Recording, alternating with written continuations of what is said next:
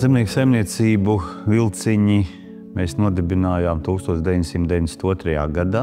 Šobrīd ir nosaukums Vilciņi 1 zemnieku saimniecība. Sākām saimniekot kā naturālā saimniecība ar lopkopību, ar augkopību, ar lielu roku darbu. Un pirmās platības bija 3,9 hektāri, ar ko sākām. Un strauji atguvām tad pārējo mantojuma zemi līdz 74 hektāriem. Un sāka tev saimniekot 91. gadā mamma un tētis, tad, kad viņiem vienam bija 49 gadi, otram 50. Ja? Tad, kad viņi atnāca uz laukiem, uz klaju lauku. Bez ākām, bez nodrošinājuma, bez elektrības. Un tad visu šo te infrastruktūru tiek izveidota šo gadu laikā, 30 gadu laikā. 32. Arnim vecāki nav ar lauksaimniecību saistīti, un Arnis arī nav. Es vienmēr, tad, kad mums kaut kas iet, es saku, es esmu no laukiem, bet Arnis nav no laukiem.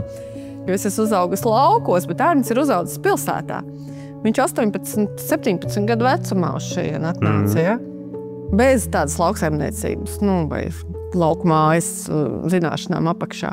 Jā, mēs no Jelgavas, no pilsētas, atnācām 92. gadā šeit uz laukiem, bez zināšanām, bez pieredzes. Vecāki bija tēvs televizoru meistars, labs speciālists par visām elektronikām, kas bija pilsētām, lai viņš tur gandrīz katru televizoru pazina. Jelgavas, jā, un mamma atkal celtniecības uzņēmumā strādāja grāmatvedības daļā, jā, pie ceļazīmēm, pie uzskaitēm visām. Tā ka tāda lauksaimnieciskā pieredze mums nemaz nebija. Tāpēc arī bija daudz jālasa, jāmeklē literatūras avotos, kā audzēt, kā labāk audzēt, kā mēslot. Nebija nekādu aizspriedumu, kā varbūt nepareizi saimniekot. Mēs gājām, skatījāmies jaunākās lietas un tādā veidā arī paši augām uz tādu izaugsmi.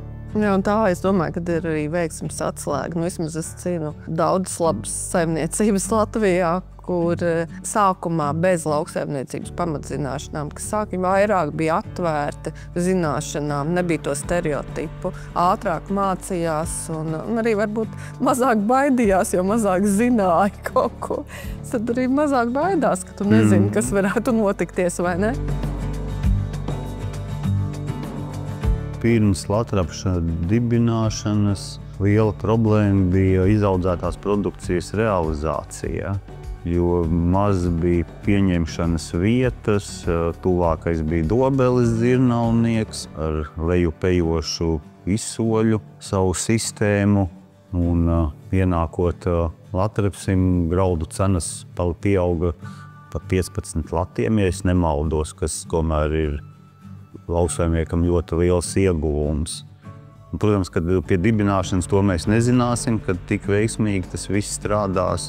Edgars ar savām idejām nāca īstajā brīdī to laiku. Toreiz mēs arī uzticējāmies, ka tas būs tas, uz ko ir jāvirzās un kad būs rezultāti. Mans jautājums bija tieši par to, kāpēc tu to visu dari? Tik vienkārši. Jautājums nav vienkārši. Jā. Tā situācija ir tāda, ka jau tas viss mūžs arī ir ieguldīts. Tie jau ir pāri pa 30 gadiem, kas šeit ir saimniekoti. Un man liekas, tas svarīgākais ir bijis tas, lai būtu profesionāla pieeja jautājumiem. Tas tā vienmēr arī gājis cauri, kad mēs no pašiem jau saimniekošanas pirmsākumiem skatījāmies, kā varētu strādāt labāk, citādāk, un lai būtu rezultāts arī no laukopības, no augkopības, visiem tiem ieguldītajiem pūliņiem. Un Tā arī tas rezultējies ar panākumu, kad ir izveidota skaista liela saimniecība, kurā mēs gan saimniekojam, gūstam labumu, gan arī mēģinam mācīt jauno paudzi arī šīm te lauku zināšanām un pieredzēji.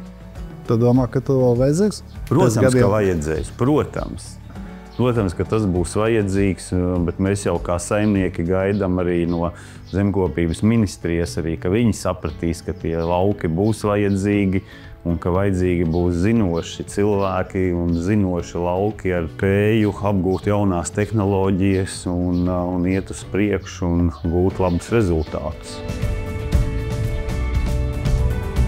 Vai ir kāds vēstījums, ko tu vēlētos nodot tiem, kas joprojām vēl šaubās? Man liekas, ļoti daudz lauksaimnieki neredz arī to savu nākotnes vīziju un dzīvo varbūt kaut kādos pagātnes labumos.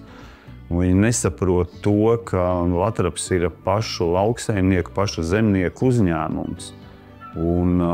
Viņiem dažreiz varbūt liekas, ka kāds kaimiņu uzņēmums maksā tur 1 eiro lielāku cenu tanī brīdī, ka uzreiz jāiet pie kaimiņiem, bet viņi aizmirst, ka tomēr Latraps visu laiku investē attīstībā.